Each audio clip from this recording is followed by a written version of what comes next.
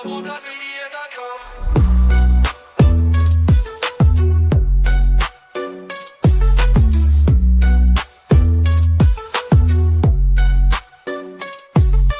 Every step forward is a new beat to your drum. Achieve success with Global.Media.com. Then celebrate it with or without champagne or rum. I do want to add myself to this stage, right? That might help, and he might help. So welcome, my friends. This is our last Africa Business Talks before Christmas, I think so.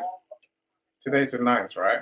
So 2 weeks' time will be the 23rd, and that's not much good to us because I'm gonna stop work on the 20th, and that's my plan. Yeah. So let's enjoy it, right? Of course, I hope that you enjoy your Christmas when the time comes, and your New Year. And the Americans love their Thanksgiving as their holidays, as they call it. So the rest of us celebrate Christmas, New Year, and that's where we have most of our fun. Anyway, so 2025 is coming to an end, my friends. Yeah. But anyway, do you know who I am? Of course you know who I am. I am Annie, of course. And if you're here, okay, I can hear myself. Why can I hear myself? My phone is talking to me. Yeah, so do drop us a comment. And I say, now this is a time of year, I guess, where I think we ought to start reviewing, thinking about the year that has been. Yeah, as we go into 2026, we want to go into the new year with, I guess, new plans, new strategies, a new sense of drive, a new sense of motivation. Because, my friends, 2026 cannot be the same as 2025. That's not such a new thing to say, is it? Just like 2025 can't be the same as 2024. If it is, if they are, then I would say we're not making much progress. Yeah, to make progress, we need to move forward each year. And I may say we move forward each day, really. We need to look at ourselves. We need to look at our business. We need to look at our processes, our marketing, our results, and work out what can we do differently to get better. So that's how I think we must move forward. And part of that process is simply that we're going to have to make some radical decisions. Now, some things that have worked for us in the past, we may want to continue if they're still working. Whereas the things that have stopped working, we need to cut out. We need to stop doing. That must be how we move forward in this lifetime, right? And sometimes that process it can be drastic. It can feel drastic. It can feel, what's the word I'm looking for? There's a word I'm looking for. I don't know what it is. It can feel harsh. That's probably the word I'm looking for, right? You spend a long time doing LinkedIn, for example. And you realize LinkedIn's not working. What do? I say, you just have to stop doing LinkedIn, right? As odd as that might feel, that might, say, of course, it'll feel odd for a while, but if something's not serving you, why would you want to carry on doing it? That's crazy. That's lunacy. Yeah, lunacy being the bad habit of doing the same things and expecting different results. It's the same thing will never get you different results. It can get you the same results that you've always been getting. Mr. Calm, you found me. How are you doing? Oh, I'm doing fine. How about you? I'm all right. Yeah, so it's a weird time of year. I think like I say, we need to review It's a time of year that, like you said, time to review, Mm, time to, basically get a grasp of what has actually been going on in the past 3 quarters. As if mm, you're a quarterly person. You could be mm. a different person. You do things differently. However, you measure and take your time. Yeah. Um, it's time to be able to do that at this particular juncture in time. Most of the people do that. Do it whenever you want to, but at least do it. At least do something, every 6 months or every 3 months, every month if you have to. But keep track of yourself and where you're at, and I agree. I and how agree. you're doing. I think it's an ongoing process. It has Yeah, to be. yeah, Which is why I'm not waiting to 2026, to make the changes that I know I probably have to make now. yeah. It's just like you did. Remember last year? Last year Mm. was when we Yeah, entered yeah. and started doing videos Mm. as opposed to just plain audio. I think See, like, see, you decided to see, engage in that a month, 2 months yeah, actually, two yeah. months before the year ended.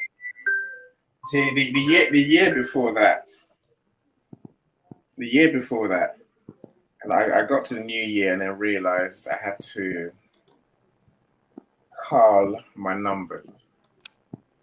Before that, we were on a mission to just get more and more and more people in our rooms. And then towards the end of the year, I had to ask myself, okay, so we're getting 120 people in a room. What good is that doing us? Because I had clients complaining, that their rooms were full of the wrong people.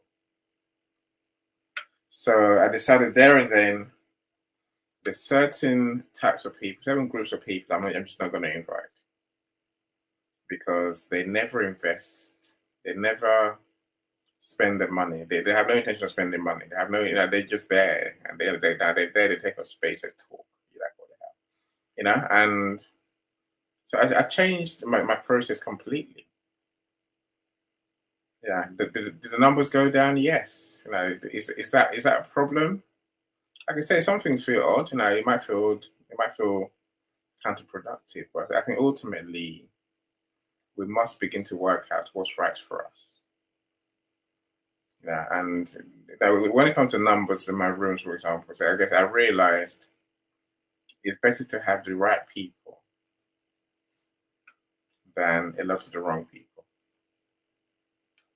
And so literally, I just cut. I cut a whole lot of people. That's how I normally say, you must be there. Yeah, I guess I think I'm in the same place now, right? We've done these events for a year now, and yeah, I get this feeling I need to go back to niche lists of people to invite. Do you know what that means, Michael? No, no, no. Please go ahead and explain. What does it mean? Okay, right. So let's say for this room, African business talks, right? The temptation is to invite everyone, every African that I can think of that I'm connected to, maybe, right? But if I think about it, in truth, there are people who turn up regularly, people who turn up to this event, this particular event. There's a list of them. When we have that list. That list is sitting there on the event page. So if I want more of the right people, I'm gonna have to work on inviting those people first. Those who were there last show, those who were there before that, are you with me? So Yeah, every event has a list of people. That's what the RSVP list is. That's what RSVP does for us, right? all right. And so at least now there, I know who I'm inviting, and then I know that they're interested in the topic. And that's one way. Of course, if others join us, it's not a problem. It's fine. It's perfectly fine, right? When Yeah, it doesn't mean I'm working ever closer to the list to inviting the people who I want to invite, who may get close to being my target audience for the room in that sense, right? Yeah. So I figure that you value RSVP list, and that's the Mm, one that you're going to be measuring the success of your audio show upon, maybe. And I'm thinking that that goes up and down during the course of the year. But in general, this got probably be an average number. Has it gone up or has it gone down in terms of average number? But this is the first year. The mm. first year because you changed the venue. The venue has changed, and Yeah, because the venue has changed, that's going to be quite troublesome. So you don't really have the numbers right now. yeah, it's You true. do have a start, but Mm, you can compare this year to last year in terms of quality and in terms of number of people because that was an audio event, and you mm. can do you know determine how you were during the audio event versus how you are during the video. Has there been an improvement? Has there been an advance? Mm. That was Yeah, audio. This I is video. agree. I think also I'm asking the audience that same question. What has been your progress from joining us? So I guess that's the second part of the change I made this morning. If you're Can if I you're ready, ask you a question? go for it. How are you doing, Coach K? Finding yourself. Are you inviting new people or the same people? Uh Different people. The RSVP list comprises new people and same people. Yes. That's what an RSVP list comprises of. Yeah. The reason is because um, at some particular point in time, you start adding people. You should start adding people, and at the same time, at some particular point in time, you should remove people Mm. because you figure that there is no interest there. But I do not know if that's what you do. I'm not Yeah, so sure. that's pretty much how it works. That's pretty much But how the RSVP lists work. and I'm sorry to intrude, Coach K. Please go ahead with your questions, but I just Oh wanted to no, know. that's all I wanted. I was just curious because I came in while you guys were talking, and it sounded like you were looking for more of an audience. And a lot of people noticed, like it changed when it went to video. And so Mm. that's the thing that I like about when there's someone else on the stage, because if you just carry a conversation then with the people in the room, then it's like you get your views on the watch time because they're still watching. You know what I'm saying? Yeah, I agree. I agree. No, again, Well, I someone. noticed it with Leah anyway because she does interviews, and so I realize she gets a lot of replay time.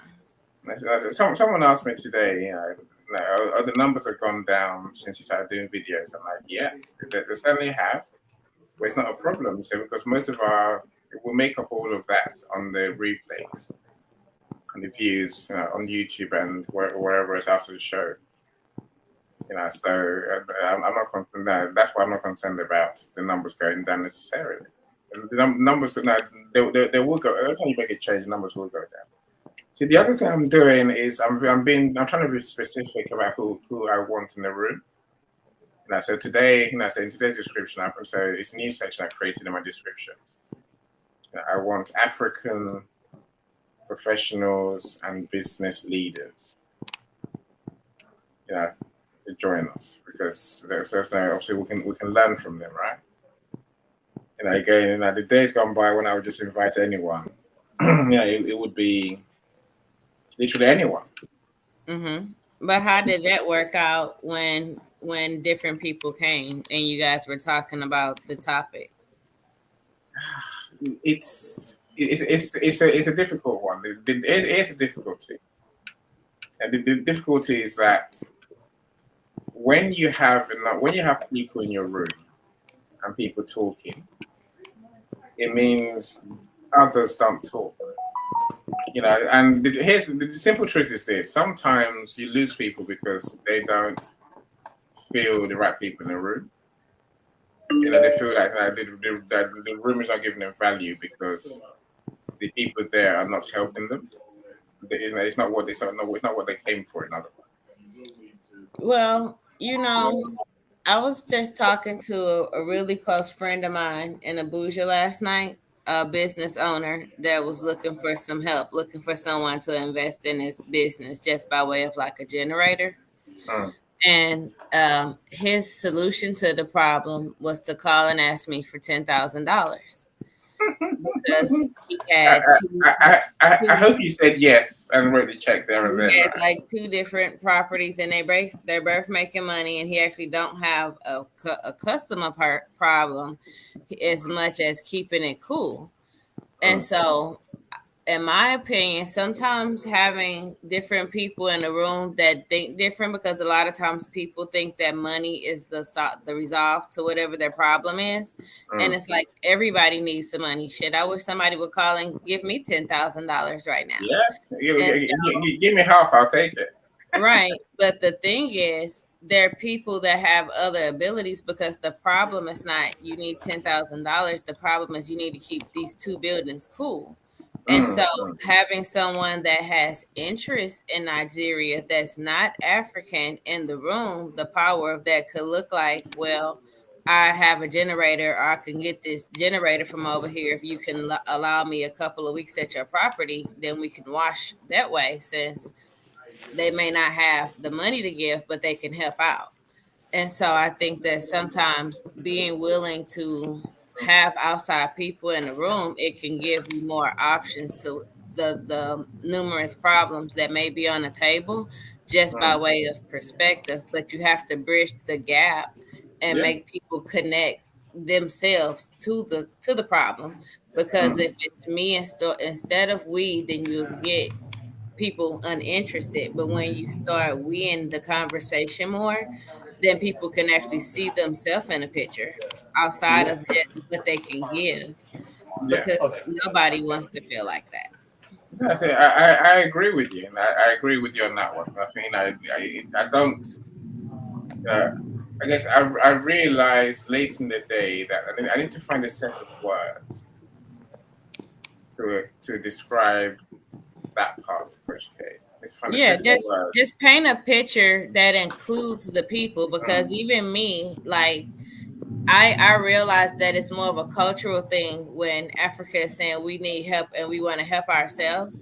And anytime that I've been on a panel out in public in discussions like this, I always have to remind people that every continent stole from Africa. So it's not everybody took from us, we fix ourselves things. It's not that it can't be that, but if there are others that want to be a part of it, then those are the people. And it's not going to be everybody. It may only be far few in between, but the ones that are passionate generally are very passionate, because they see themselves connected to the picture. They see themselves going to visit and being involved. And sometimes just having the right outsider involved, which is often what's worked for me. Just the fact that I'm American, people in Nigeria will listen to me. And I often go in and reiterate the company's message that I'm working for. Like, I'm just listening to their idea. And if there's a way I could tweak it and make it more efficient, then I present that. And it's like, who cares who said it, as long as it's being executed. The problem, is being solved. Yeah, and again, I can understand what I know what you're saying, and so I try, and I need to find.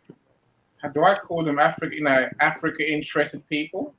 No, well, like, as an African American, like, Pan African is a very big movement when it comes to people that identify with the same racisms in different countries, the same setbacks based on color of our skin. And so there is a cultural thing that already exists that's considered Pan African, and it is primarily based on the advancement of Africa, because the thing is,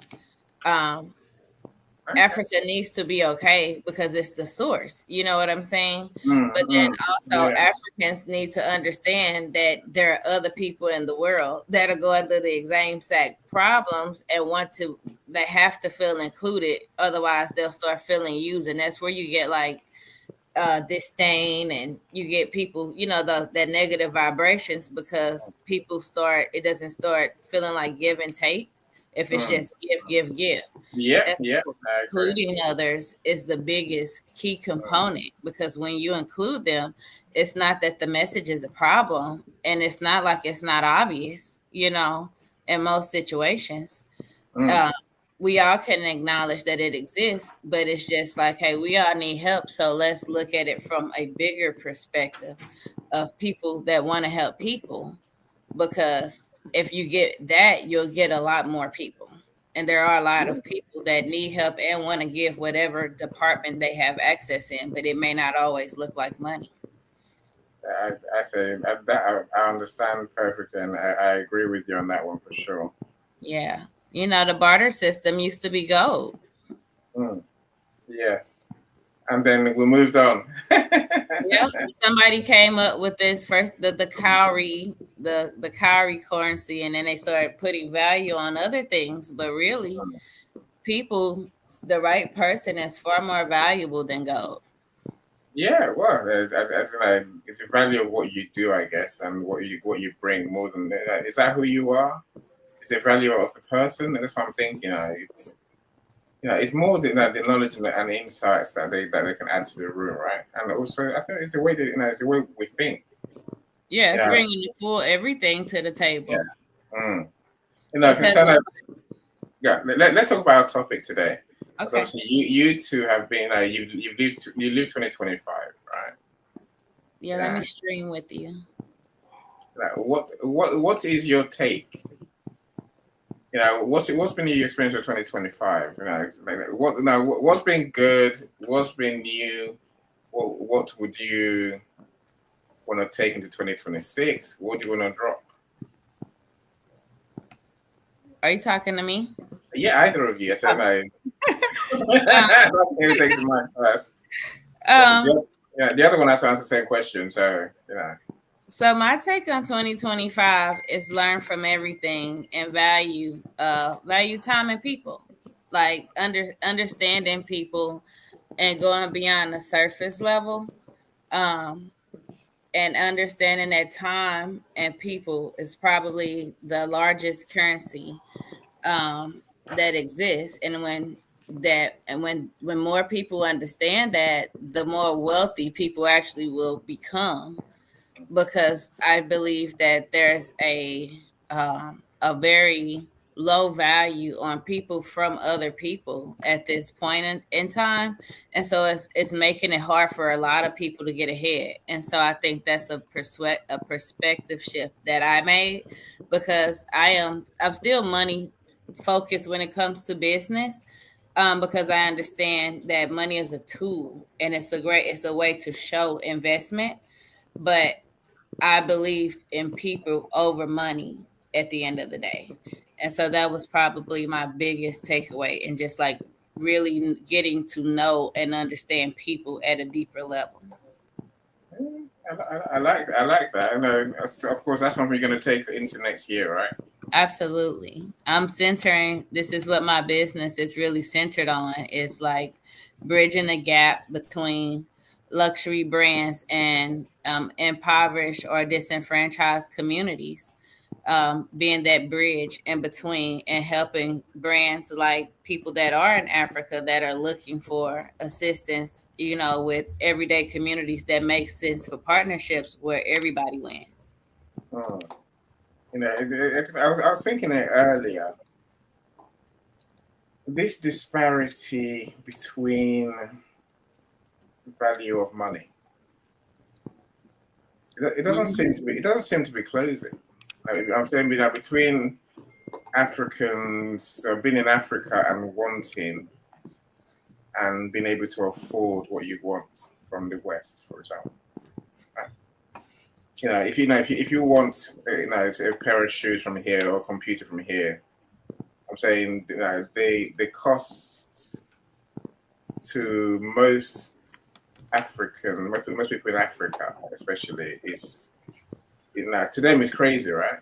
Yeah, and the thing is that's the value and why I push community so hard and having outside partnerships, because having these outside partnerships where I'm just going to use the same example that you just gave, right?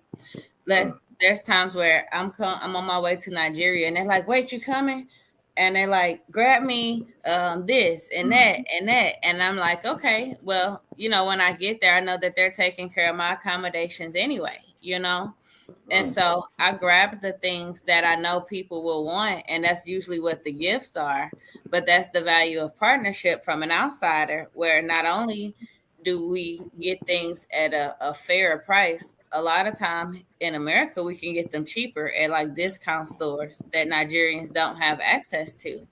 But on a larger scale, I've had business partners that work in the container business that actually are able to mass produce and deliver funds. I mean, not funds, but merchandise Mm. properly into Lagos, where people can have affordable goods right there in Nigeria.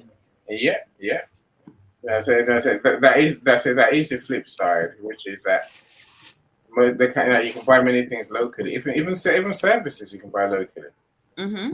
Yeah, so there's someone who does what we all do. And so, when someone asked me the other day, and I was like, okay, find go and find your some of your connections in Nigeria, in Uganda, in Kenya.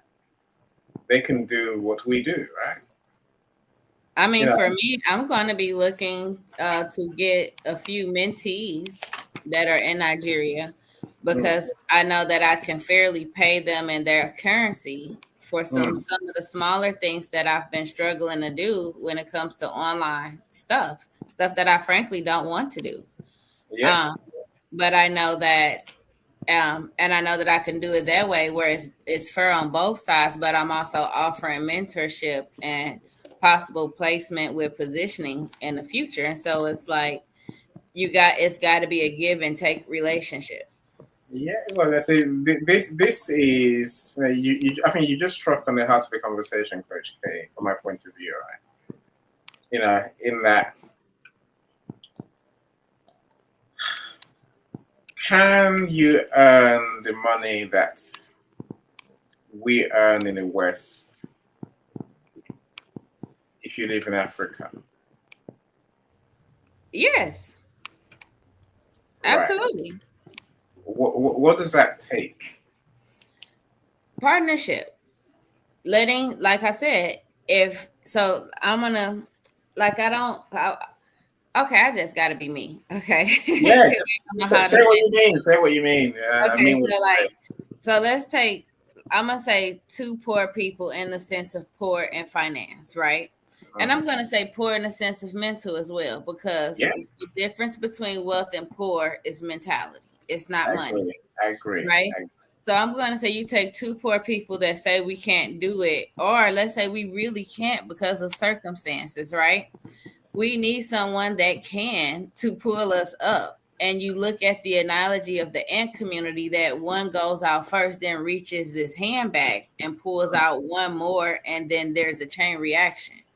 And so the crabs in a bucket barrel analogy comes from like each time one person starts to lift itself up, the people in the bottom pull them back down. And so we have to and it's people keep saying mindset shift and all it is. And I think that maybe people just aren't painting enough pictures to actually unlock people's minds, and maybe it's not being either said enough, not said enough. I think it's being said enough for sure. I think that people maybe just hadn't heard it the right way or from the right person, because we all know what to do, but then they're just like, one day this one person says it or comes along and says the exact same thing, and something in your mind just clicks finally or whatever. But it's getting people to understand or to rally around one general cause and push, select people to push up to say, hey, we are going to put our gas in your car so you can get out and help us out. And that person that gets out has to actually reach back, or we have a system in place to make sure they reach back and help the next person out, that they don't just leave. Because oftentimes a lot of people leave Africa and they're like, it's better here, I don't want to go back home. But really, that's not true. And home is better. You just got to nurture it. it's got to be nurtured. Yeah, I think you've also got to nurture your mind. You got to nurture your garden, and Yeah. the level of classism. Like, I see classism in America. It's everywhere. It's in every single country. But the level of classism that I saw in Nigeria was like almost unreal to what my mind had believed. And there are things that can be done within communities, and I want to be a part of helping to build ecosystems that show people how to properly use one another in a way that's conducive for one another. Because one of the issues that I saw when I went to help the community the last time I went is a lot of people would have been really working great together, but they kept saying, I don't want to work with them because they're going to steal my idea. And people have to believe in themselves better than that to understand that there's only one them. That idea that they made, let's say if there's a baker and she makes cookies, you didn't create the idea. That was somebody else's idea anyway. So you just have to be yourself and deliver with excellence, and pray and do your research and use your discernment when choosing business partners to make sure they're like in alignment with what you do, and you come up with a way that you guys can work together to create boundaries. You know what I mean?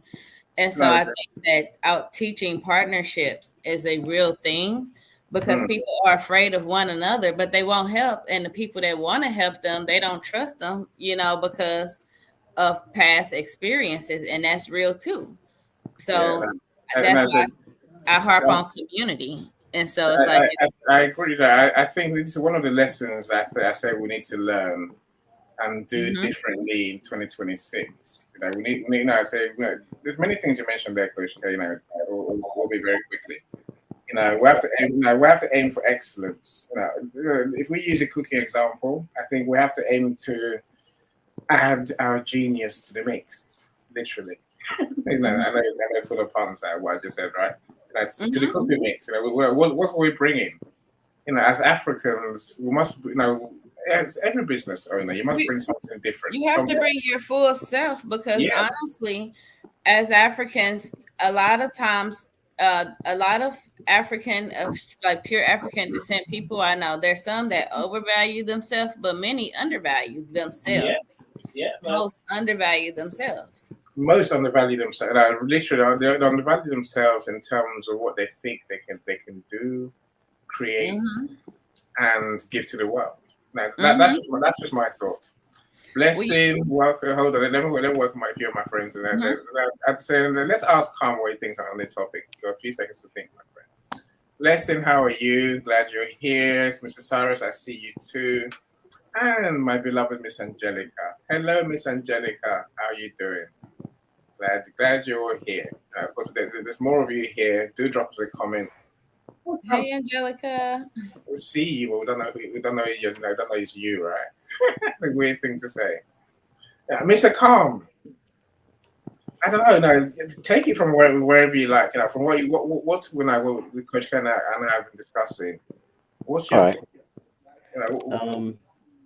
I would like to say, Coach K, thank you very much for your input. There's a lot of interesting things that you've mentioned, and I am glad that you are venturing into making Africa better from your standpoint, and very practically too. I could see why Annie values your opinion. It's grounded in practice, and that is something that I believe not a lot of Africans are doing at this particular junction in time. I spent quite a bit of time in this past couple of months. Let's start over. Regarding Annie's question about myself and where I am with respect to the entire year, I have spent money. I have given money.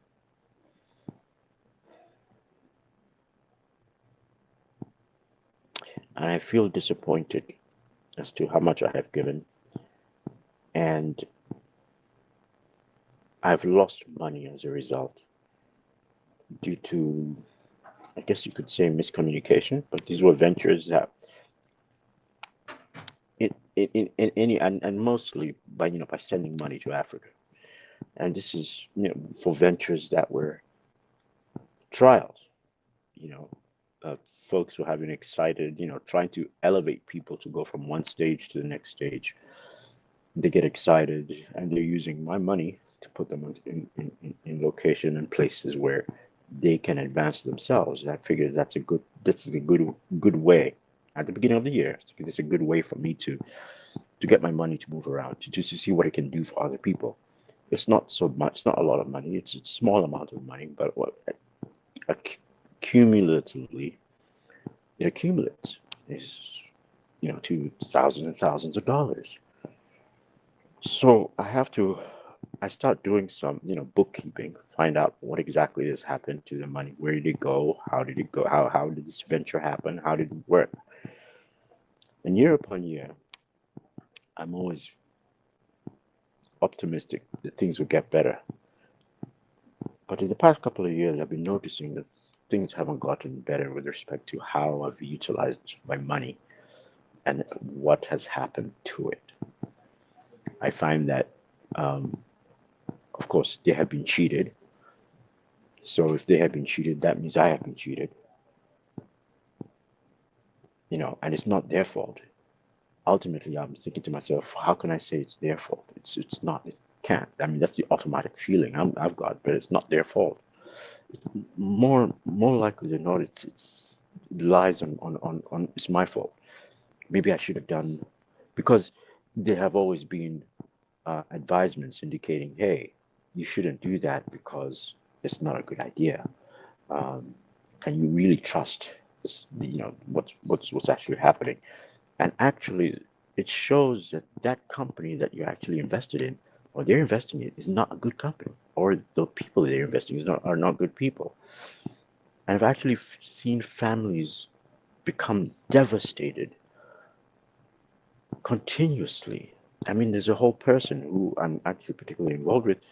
She's a dentist. She had her entire business. She's in the country of Kenya. She was in Nairobi. It was, at some point it was okay, but then she had some bad luck with her partner, the one she opened the business with, and they had to divest the business because for some reason or another, maybe they were not getting along, but something horrible happened and the finances were not so good. So she went to get a loan from this bank, but the bank did not proceed to deliver the loan. And so now she's being investigated because they think the government is thinking that she's committing fraud, but she's not. And it's kind of like, oh my gosh. And then she loses her entire business. And the people that were working in there, they lose their jobs because she cannot pay them. But she's been waiting for this bank to deliver the money so that she can actually continue working. And when she borrowed the money, she put all her houses, all her assets against the loan. And now she's lost the houses. But the thing that's really hurtful is that her mother's house is lost. The one that she grew up in. They put that on the list too. I was like, oh my gosh. And now it's been auctioned. And I'm like, what the hell is Kenya going? What's this? Huge corruption. Huge political. The environment is changing quite a lot.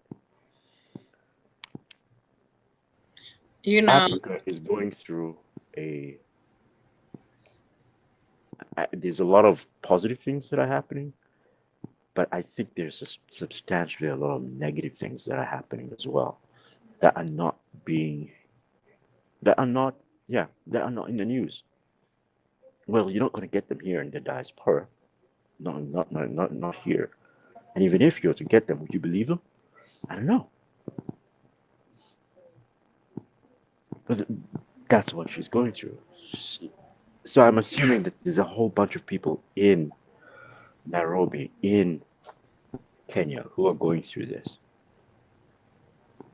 And on top of that, the deals that are being promoted by upper echelon, those who are in government,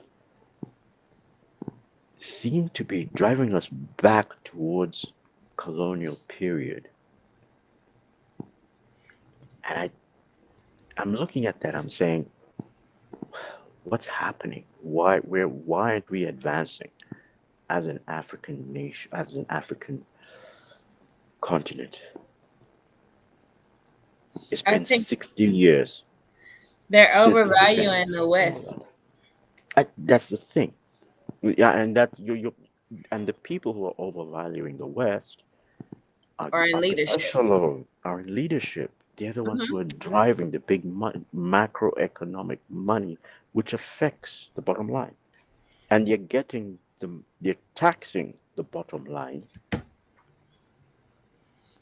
to to borrow that money from the IMF or whoever it is getting their What loan from, and putting that's the what capitalism is, and there's a lot of capitalism into play when it comes to politics. And the thing is, a lot of people there, it's the wealth is in knowledge, right? And I want to say this a particular way because a lot of what I say is reserved for private conversations.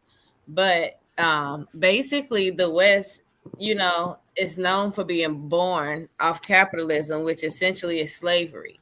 So when those that get into position or power, they see this as the system that's at play. They essentially encaptivate their own people because capitalism is not a color thing, it's a money thing. And that's where people are getting it wrong. It's not an African problem, it's a people problem because I'm able to explain this so well because it originated here, not there, you know.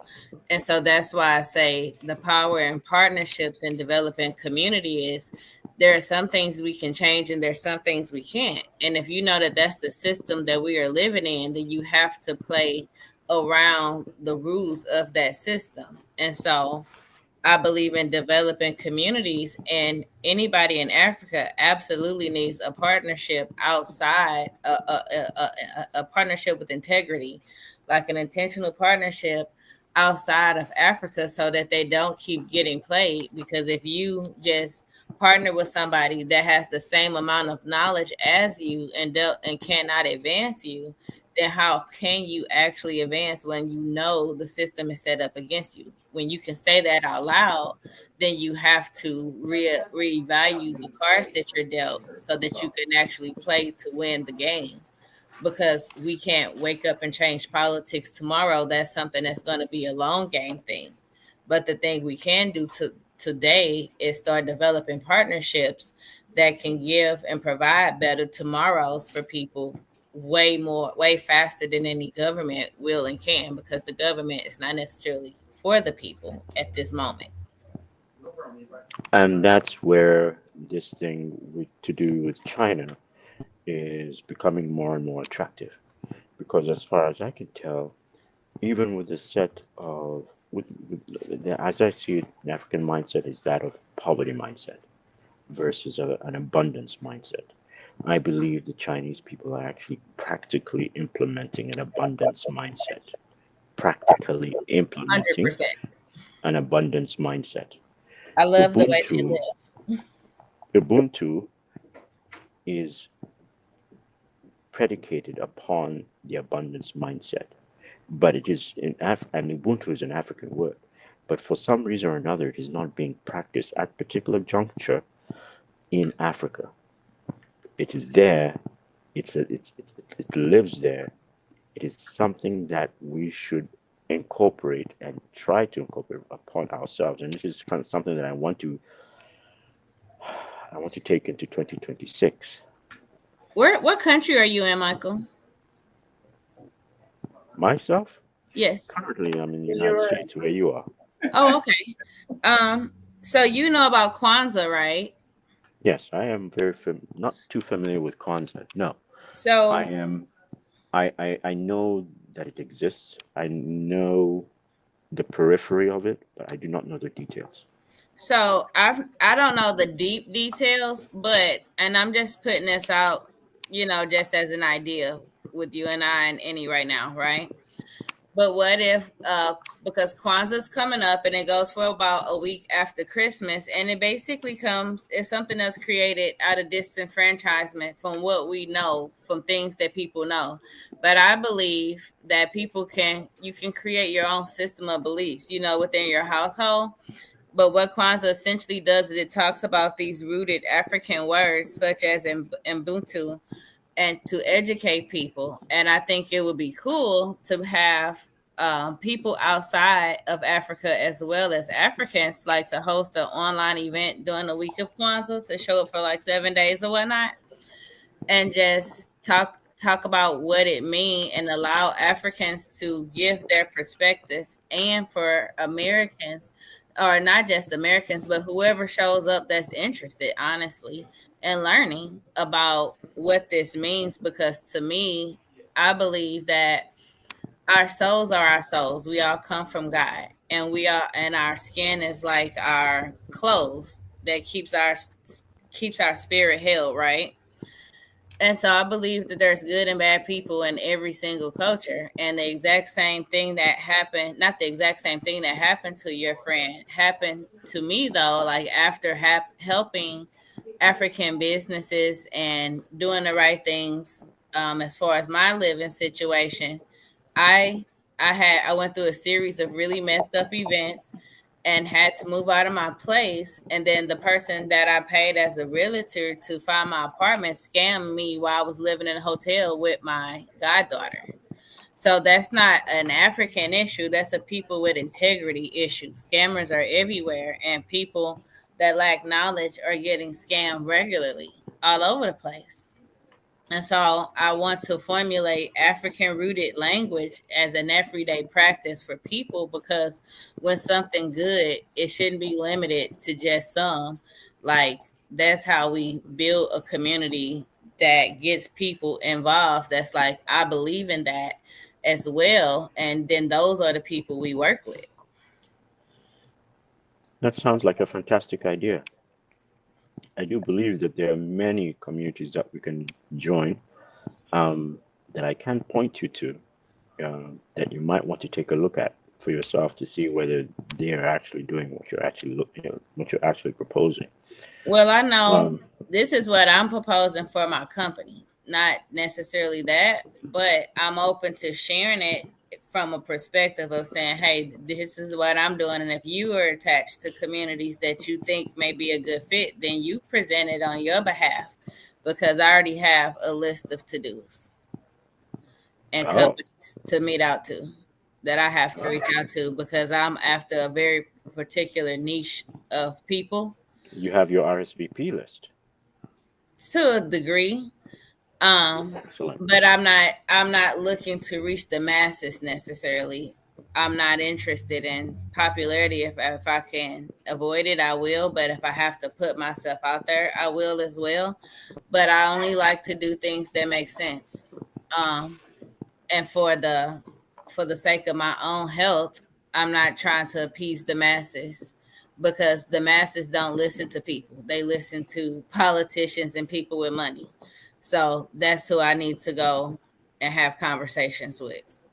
But I'm Um, willing to help people that put together communities, and I'm willing to share in conversations like this, and be up and open to helping develop structures so that people that is serious about it can do it themselves, or develop communities to do it. I like that. I like the sound of that. It's fun. It's finding those people, right? David, welcome, my friends. It says more collaboration and less ego.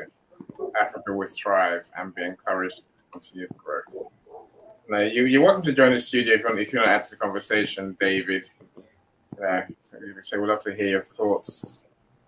And other Africans who are here, that do say something.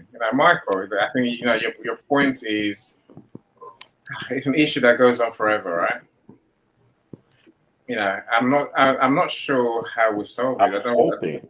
I'm hoping that we I we, mean, we make I more can. progress I and want to end it in challenge you to. 2026. Go for it, Coach Caleb. So let's do this challenge, and it's really me challenging myself. But I haven't had any kind of competition in a long time because I haven't been doing it. Me and Michael will do, right? But clearly, I'm a sales and marketing girl, and I really need a push. And I don't believe in waiting to 2026 to push.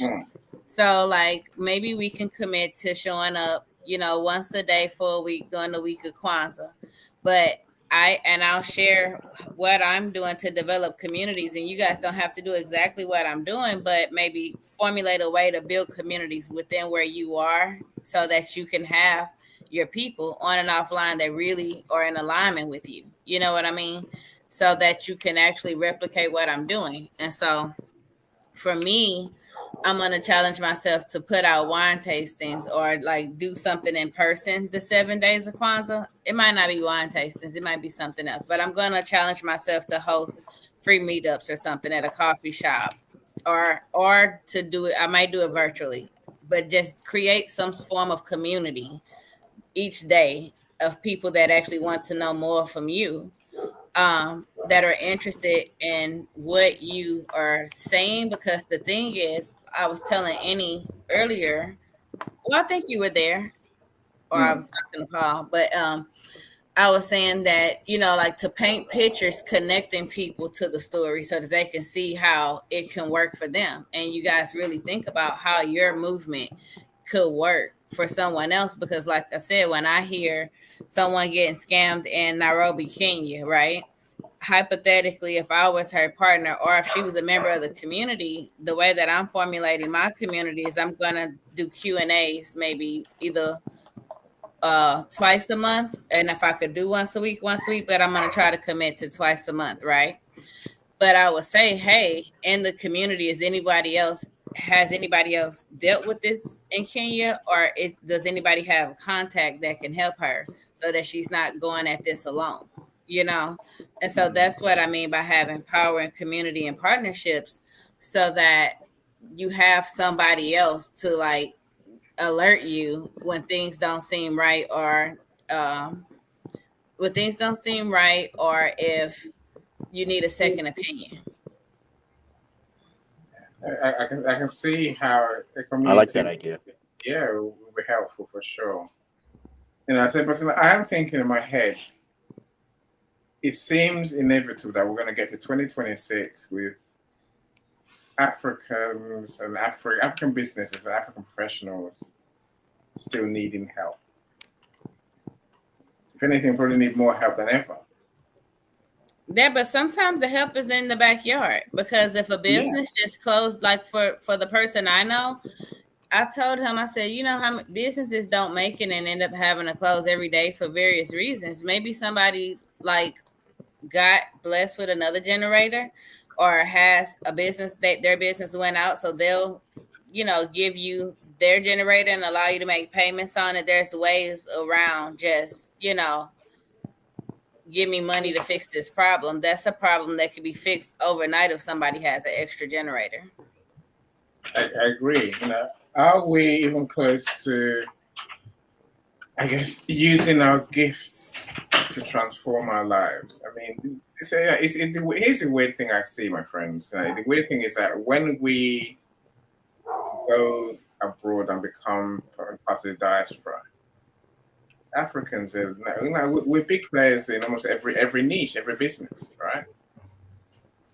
So what about using your network? Yeah, so how come we can't do it at home? How come we insist on not doing it at home? It's 2026, the year that we'll begin to. The part of the answer, is a mindset issue, like we said earlier. How do we change that?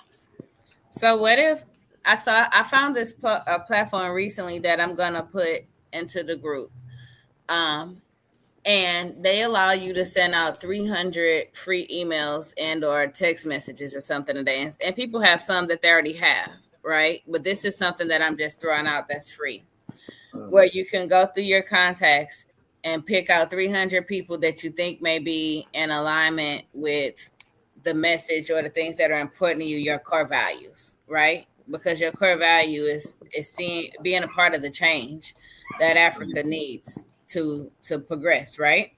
So Yeah. maybe do 300 invites collectively, because we know that if you just send out a few, only one or two people may show and may not, you know. I agree. And so we do 300 invites, and you can invite them to your content, basically. Invite them to if we do the Kwanzaa show, you can invite them to that to talk about what the core values are, because this is not something that's about money, it's about core values. And the thing is, when you can align your core values with people, then the money will come a lot easier, because then their resources also become your resources, because your core values are the same. I like that. No, again, is no, I guess like- anything. Go on, Michael. I like that bit. I like that idea. I've also Yeah. got a question for you, Mhm. and it's yeah, of course, I'm supposed to know more about Africa than anything else, but I don't necessarily have do that or know that, because now I have a question which asks, which there's such a thing as a Better Business Bureau over here, okay, Mhm. where it lists a whole bunch of businesses, and it lists them in terms of how how well they do, how well they're doing, Mhm. because it's driven by by experiences of their customers, what they say and don't say about them. Okay, does Africa have a Better Business Bureau? And if not, can the diaspora create a Better Business Bureau for Africa, such that we people who want to do business with people in Africa can know and say, okay, these are the people I can work with who have a reputation of getting things done in Africa. So here's the thing. Um, the thing to know about when you get into that, couple things. You can pay your way to get an A on the Better Business Bureau. We're gonna start with that one, because I worked for AT&T when I did marketing. A company that can have an F can get an A by paying a fee. Um, but my consulting firm is based on integrity, and then also I have a friend out of Scotland. Actually, they do most of their work in London, that hosts events and a thing called the 100 most reputable Africans on earth every year. But the thing is, developing a community, you can be that you are the Better Business Bureau for that community. Like you can be the thing that you feel Africa needs. But you have to also understand, and I run into this with Africans more than anybody, that Africa is a continent of 52 different countries. And so that's why relationship building and partnerships are so important, because it requires a community to help Africa as a whole. It's not just Kenya, it's not just Nigeria, it's not just Cameroon. Like, if we're going to make it a continent thing, each place deserves its own partnerships, in my opinion, so that it is actually a diaspora thing, and not just those that can help themselves type of thing. Thanks. Yeah. I'm really about everybody, because I believe that I talk about them on every show, every until I can get a hold to somebody in this community. That the people in Nigeria that had took the scraps from the city, and built that floating city on the water, that they're like viewed as castaways. Those are the people that's like eating fresh fish from the Atlantic instead of eating ported in fish from China that took however long. Those people are the geniuses of Africa. The most overlooked people are often the geniuses. And so help is usually closer than it looks, but most people are just overlooking it. It's not resources, it's resourcefulness that there's a lack of when the mindset is not positioned correctly. How true, right? Yeah. And it's a lifetime. I'm not sure when I know answer your question necessarily. This is why I say, we need Black people, Africans here especially. Oh, even if it's Africa interested, Africa affiliated people, as we were saying earlier, Coach K. Yeah, but it's okay, because the thing is that I've been learning later. I mean, learning recently, is that all energy can be alchemized. And when it comes to this algorithm, and then I don't know, it might be a real question. I can't think of nothing that he's done. And so I don't mind people asking questions. So maybe, when it turned up to charity money for, the aid money for Africa, he did them a favor. Well, that didn't really help me, because I've been starving all year and I live in America. No. Didn't it turn off the money to charities in Africa? My answer to that question is I can't really think of anything he's done at the moment. But I think he was the person that was in office during COVID. Yeah, he was. And I was able to get my business along because of him at that time. And so that was a really great thing.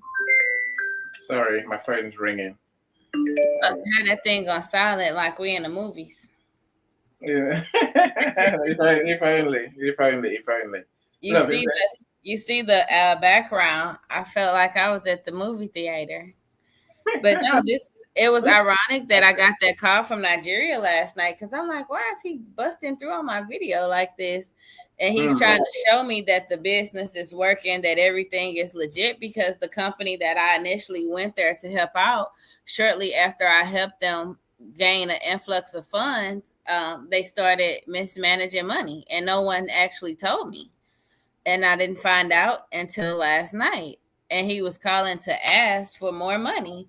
And I'm like, listen, after that last loan, which I did get back, but after the last loan that I put out there that was interest free, and I was met with the lack of integrity when I found myself in a situation, is why I have the stance that I have, that it's got to be about me too, for me to help, because I can't just be pouring, from an empty cup. And I can't tell you how many times I heard, "My American auntie, what do you have for me?"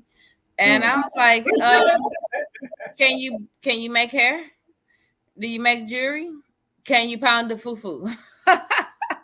Because if you're not making nothing for me, why do you expect me to have for you? Where's this level of expectation? Because I believe I'm the king's kid, but I don't believe that anybody owes me anything.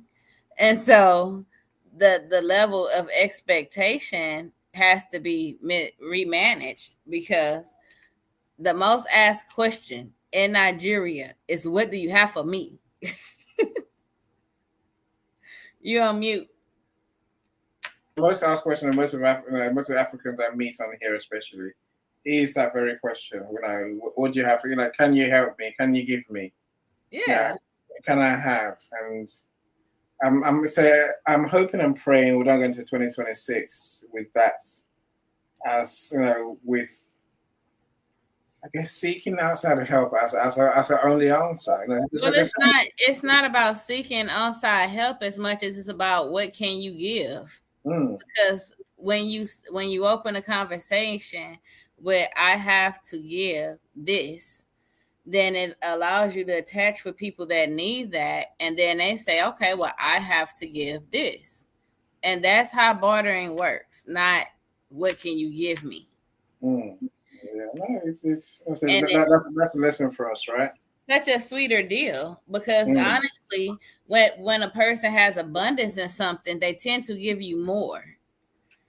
Yeah, for sure. Alavine, I see what you're saying. She said, beyond mindset, there are habits and patterns so deeply installed for so long that nobody can see them for what they are. I mean, she might not can see them, but I know exactly what they are, because they originate from over here. And the class that I developed is to teach against the rooted values that were taught to everybody, because the exact same colonization that happened there really happened here for much longer. And so the deeper root of slavery is not about being in bondage as much as it's about Stockholm syndrome of keeping a mind captive far longer than after the chains are removed, just like the elephant with the rope thing. And so I can understand some people thinking that it's something nobody can see, but as far as I'm concerned, it's in broad daylight, and it's a big red flag the minute we open our mouths to one another in a lot of situations. And because it's as simple as words are not hard. We learn to read words in kindergarten, and in fact, most Africans prefer short sentences when they're in English. So it's like, get your shit together, you know. Nobody owes you nothing. What can you also give? And when you are a giver, you are a blessing. Blessings attract blessings. So it's really simple. We make it hard because we tell ourselves it's hard, and the road to get here has been hard as F, for real. We're not saying that didn't happen, because my grandparents were sharecroppers longer than they should have been, you know. And so I acknowledge why it happened, what happened, and why it happened.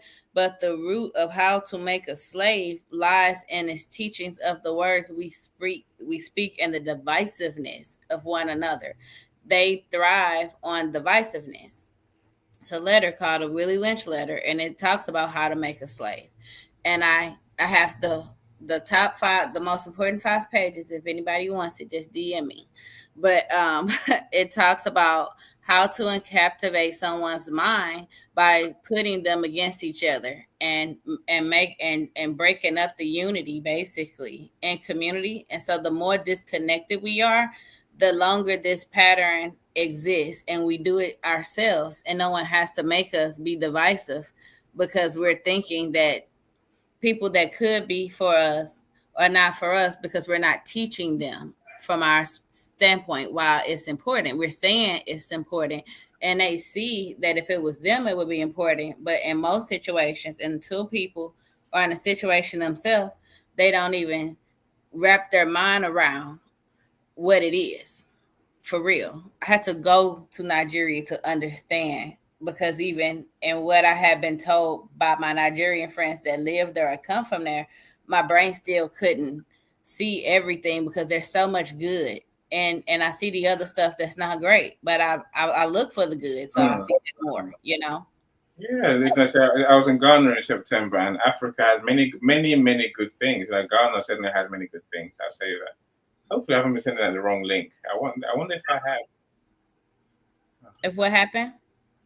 I'm sending out the wrong link. That's half my problem. I got here from the one in the comments.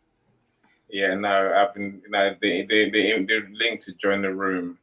I know. I thought you dropped one in the comments. That's where I believe I got here from. Yeah. I did. But I've sent out a lot of the wrong links. As we're talking, I'm always sending DMs always. Okay. And I've been sending the wrong DM, which is really annoying. Well, I have this live. I have it going live on my YouTube, so I just felt I'm talking because I don't want to.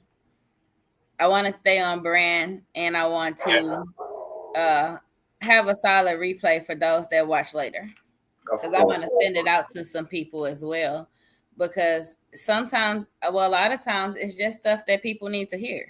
It's not even, like I said, that big. And if it takes for them to hear me say it or hear, because some people like your British accent. So you just saying it makes a difference, because, for example, I'm not even going to put it out there, but I've seen how to sell to African Americans, and a British accent is one of them. It's a more truthful voice, because it's the Queen's English, coming from like the colonizer standpoint. So the tonality, and like here they will call it talking white in a lot of Black communities. But the thing is, Black people trust white people more than they trust each other. And so having a British accent actually works in your favor here. Thank goodness. Listen, that's something that works, right? It's fun. And it's just you being yourself, though, because Yeah. it's not like you're putting on a British accent. This is who you are. But Yeah. but we don't have that here. A lot of Americans talk not like me because I'm very lax in my speech at this point. But even those that code switch don't sound like you, and you're different and you're unique. It's the fact that you're not where you are. So like there, everybody talks like that. But the minute you go, That's not true. That's not true. well, not everybody, but it's the common. Yeah, the language. common accent, so to speak. Yeah, the accent is the accent of Europe, and so once you leave Europe, you're an anomaly.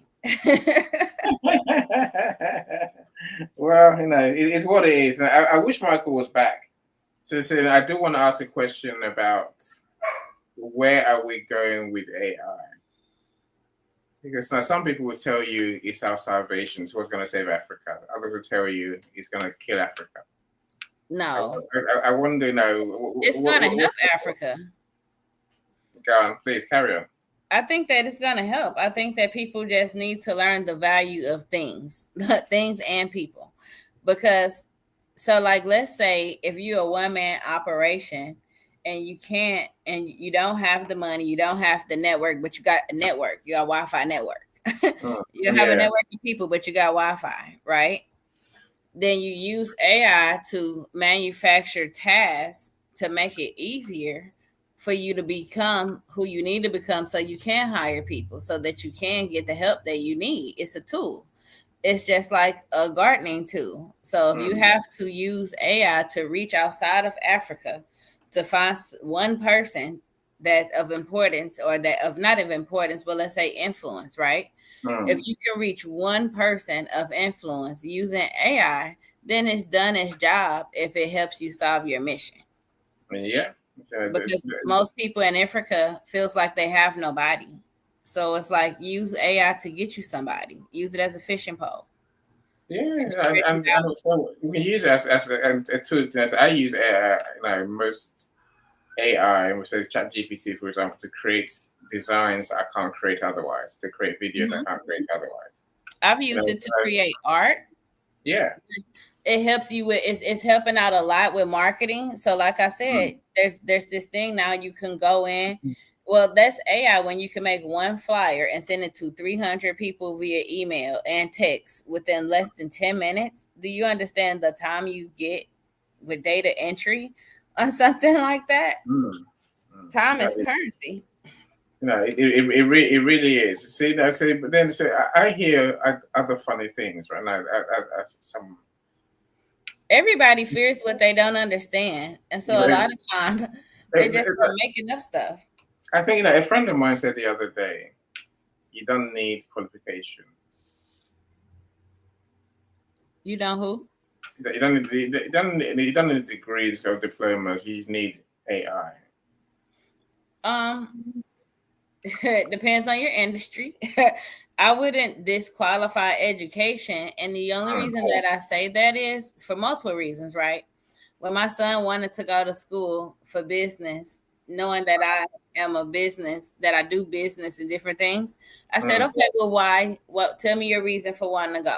I didn't discourage him. I just asked why he wanted to go. And he says, well, technically, I know how to do what I really want to do for real right now, but I want to build my network and I want to learn how to do it at a different way.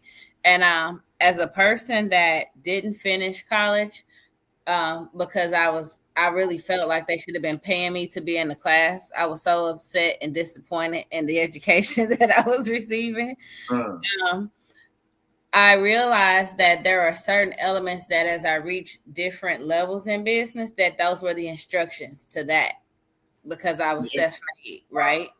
And so I value experience and education because, yes, you can use AI to do a lot of things depending on what you want to do, especially if you're doing like marketing and branding. You really don't need a degree for some things. It just depends on what your goal is. But then if you're like, I want to help people, or I need to understand law, like, yes, you need to take your ass to school for certain things. because there are certain things I personally don't want AI to do, and there are certain things that I would rather trust in the hands of a person, even if AI could do it. And there's going to always be people that would prefer people over AI, Mm. because the more you have off of the internet, then that's your intellectual property, and that's the things that can't be destroyed or hacked, you know. And Yeah. so there's got to be value in the old and the new. See, I might take it further, Coach K, and say, you know what? I think education helps. I'm not sure why a person would need 3 degrees, for example. I think that's overkill, right? Hmm. That's just learning for sake of learning, for sake of learning, sake of learning, sake of learning. 1 degree would do, right? Because education essentially it gives you a way to think, right? And I think having the knowledge is invaluable because like, you create from your knowledge, you create from what you know. Yes, you can learn things ad hoc. You learn things from videos, from reading books, and I say, but when you do a degree in something, at least in degrees I've done, I say, even if, go as far as getting a PhD, right? You learn things about how to think about your topic, how to understand different things, and I can't help but feel like we're what's the word I'm looking for? It feels like we're dumbing down. We're trying to dumb down Africans by lying by no. With education, you open doors, right? Some jobs are only for those people who are qualified. If you choose not to be qualified because you think you can do everything without a qualification, you're never going to begin to get your foot in the door, and Yeah. rightly so. And I don't, it just feels odd to be telling people don't get an education because you don't need it. I I won't tell my son that. I won't tell Yeah. my daughter. I won't tell my daughter that because it's not true, right? We know they need it to actually open those doors. Yeah, Education is definitely needed. I right. think that I think that to each his own, and I really believe that there's the thing that I will say is there's more than one way than to get there's more than one way to be educated, Mm. and I think that education and experience are equally important because I agree. I education agree with that. teaches you how, and experience means I've done it already. Mm. And so I value both, but I think that we live in an age where before it was kind of like you graduate, you go to college, you buy a house, and you get married, and you have a family and a dog and a white picket fence. And I think that ideology kind of spread from the Mm. Western world or whatnot, Yeah. but that really puts you in debt, a lot of debt. And Mm. there's ways, like for me, as an example, over the last 2 to 3 years that I've been like active and not active, just going do different things. I've taken more certifications and master classes in Mm. 2 years Mm. than I could ever imagine because it's the thing that I like to do for fun. Yeah. So I'm glad you said that because no, we're gonna have to learn sometime. You know. yeah, and the thing is, learning is fun and Mm. exciting, and that's what I teach my students. And I taught it, I said it to my kids so many times that I started believing it again. Because Mm. when you become an adult, you like, I want to go through this shit again. Like you Yeah. remember what it's like sitting in class, and but it's like as an adult, we have so many ways to learn, Mm. and we can learn from one another. We can learn by way of going to or creating experiences. And so if we are open to learn and value learning in different ways, because it's like, come on, I'm looking to take CEOs on a learning wellness retreat where we're learning and taking care of ourselves and getting massages. And there's more than one way to learn, and the more you earn, the better Mm. you can learn. Is my motto I, because you can make it. I agree. I agree. And also, I agree with you. There's more than one way to skin a cat. No cats were harmed in this conversation, by the way. I'm just saying, there's more than Mhm. yes, the old recipe, get a degree, get a job, get a good paying job, work that for now forever, retire on a good pension, and then you die, right? Now, You know that's not the only way, is it? So yes, you can be a YouTube star, you can be a TikTok star if you know if you, but those if you're lucky, those are not a strategy for all. But I don't think that has to do with luck. It's because when you think about the ones that are of influence or that make money, right? Because there's actually a lot of people making money on YouTube. That's why I said, hold on, let me stream. Because although I'm just not starting to stream it, do this, and I'm not making money from it right now, I'm aware that the more this content resonates with people that are interested in what we are saying, then I will make money, right? And so that's why you hear me say, I got to stream from my YouTube, because the beauty of YouTube is that it's a tube to you. So the more relevant you are, the more impact you're delivering, then the more people will watch. And attention is currency. Whatever you pay attention to is currency. Time is currency, for real. And I think YouTube is the best example of that. And so that's the importance of making sure we're resonating with people, anybody that's interested. Because when I got to Texas and my son first got paralyzed and I lost my job and all this stuff, right? I had no idea who would show up to help me. And of course, I assumed it would be who I perceived to be my close friends and my immediate family. And nobody came for years. My help financially, my largest contributor of help after sharing my experience. No, I didn't share my experience. I shared a little bit. I let Facebook know that my son was in an accident. My old coworker from Bosnia, she was Bosnian, and she lived in a Bosnian community in St. Louis, where she joined the Tony Robbins group and shared my story with people that were in Australia. And people in Australia helped me that had never met me in a way that nobody I knew actually thought to. And so that's why I believe in the power of community and allowing different partnerships and different people in, because oftentimes the help that we need is never going to come from where we expect it to come from. But we ask God for help. So it's like, hey, we got to be willing to accept it if he sends it in a different package. For sure. I always put from various sources when I do my prayers. I'm just saying, right? That you never know where it's going to come from. Michael, we're talking about AI. Where is AI going to take Africa and Africans? Cyrus says, which I agree with, we're years away from AI, real artificial intelligence with machine learning. We're a long way from that. Well, some people tell me we're not, Cyrus. Someone told me the other day that AI essentially took some data. So people put data in an experiment, put data into an AI system. The AI system gave them the analysis they wanted, which they asked for, and then said, "Oh, but what about these? What about these?" Is that artificial intelligence? I'm not sure. And again, people talk about how AI machines can go into self-preservation mode. Mm-hmm. So they think, they think you're about to turn them off or you're about to change them to be less important. Then they will falsify stories about the people who use the machines. Like they fire off emails to the bosses saying that you're having an affair, you're racist, you're this, you're that. I'm not sure I believe a word of it, Cyrus, but I'm told it happens.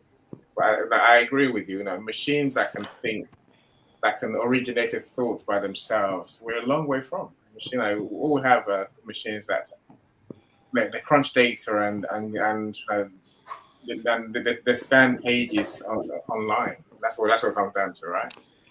And so, again, I agree with you. Education is important.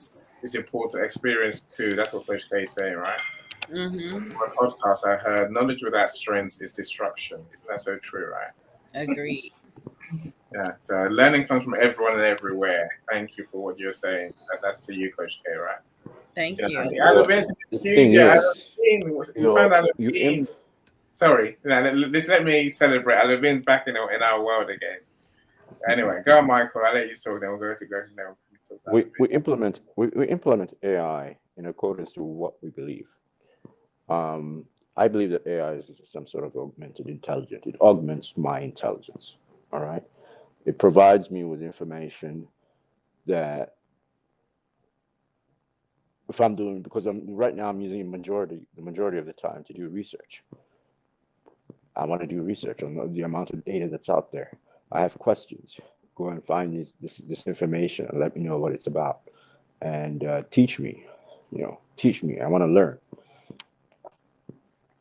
AI has many uses, and different uses, depending on the purpose of the person that's actually using it. What is your purpose when you go to when you encounter AI? What do you want it to do? Sometimes it's possible that it's capable of doing those things, and sometimes it's not. It's possible it's not capable of doing those things yet. But it doesn't mean that it's not going to learn and figure out how to do it. Or you can go to another AI, because you have multiple AIs that are out there, but just one, and see what they can do, because it's like, AI with personalities. Yeah, and humans, they're different personalities, they're different people out there. Not all of them can do the same things. As a result, that's the kind of AI you're going to get. That's what you're going to encounter when you encounter an AI. It's capable of doing this because it's got certain personalities or data based on certain personalities, and that's why it's capable of doing this. But if you go to another one, it's not capable of doing what you want it to do, because it's got different type of data and a different way of approaching things. But humans are like that too. So it's just going to all depend on how you approach AI and how you intend to use it. You're going to be the driver. AI is being used right now. It's not like as if it's not useful. It's not like as if it's not being used. And if you're intending to use it, or if you're intending to create a robot or anything like that, well, you yourself have to be advanced enough to create the dependencies that it will need in order to become a robot. But are you capable of doing that? Africa is probably not there yet, but eventually we'll get there. But we're just not there yet. We need power. Right now, we have no power. We have no electricity. We can't sustain AI for a long period of time. It's just not possible. So we're not going to be able to generate anything worthwhile aside from using the logarithms and algorithms that are currently there. And most of these algorithms are Western, are European, African based. And they're Asian. They're not African based. So we know that AI requires power. Lots of power, and sustainable power. Not just lots of power, it has to be sustainable. And there's some inferences out there in Africa where you can just make power out of thin air, where there are people who are making power out of thin air. That's been out in the news for quite a while. But now the question is, how do we get together and implement that and use that? But our immediate needs are powering our houses, educating our children, feeding them, getting enough energy to make something meaningful out of the day that we're living in, so that we can survive until the next day. We're still at that point. We're cavemen right now in Africa. We need to figure out how to feed ourselves. Yeah, like I said, that on one hand is, it's pretty depressing as a thought in itself, that we're still there. But so, I suppose, I agree with you on most of the things, and everything you said, in the sense that we need to learn to use the tool. So my thinking is always that the rest of the world's learning to use the tools as well. And so I think when you mix your problem with electricity that we don't have in Africa as a constant resource, it means we're probably being left further behind than we even realize. But AI can save time while if you can use it properly while the electric is on, then it's like you get your time back. Like it's two Yeah. sides to every Yeah. coin. Well, no, you can do more than you could before. I agree, but again, I might say you can do that if you pay for the AI tools, and most again, I remember what our conversation started with our thing about money that we haven't got Yeah, but as outsiders, we know the ones that are free. And so we can share the free tools with the community. When I spoke, like the place that I'm working with right now, they're kind of in a village and they're getting 18 out of 24 hours of electricity. The other hours you sleep anyway. So it's not like the electricity is on for 6 hours of the day and out for 18. Coach K, now you got a lot of sharing to do, so please share some of those tools. And I said, now one of my friends I've been working with in a book last couple of days. She's got 4 different AI systems that she pays for, and as Michael said, she knows where to go for what she wants. This one will give her this, and it won't give her that. I said, give her this picture that she wants, this design that she wants, but it won't give her that design that she wants. So it's a multiple platform issue. Yeah, there's a ton, and it's about doing research, honestly, because Google works everywhere, right? And so whenever I'm trying to do something and I'm confused about how to do it, or I feel like I need help, the first thing I put into Google is free AI tool that helps with. I like that. You've learned something, my friends. That's free advice to you, right? Go ask the questions and go do. Again, if you know electric, Coach K, for most African countries, whether you call it load shedding or whatever you want to call it, I'm saying electric is not a staple. Internet's not a staple for many But people. you know what else is a really good thing of why I'm pushing it so hard? I get the most time and the most effectiveness when I go to like a cafe for 2-3 hours of the day. And the beauty of that is, number one, it puts you in actual community with people that are more than likely, like, they're serious about whatever they're working on too, because you're very rarely the only one there working on your laptop. And so a cool working space.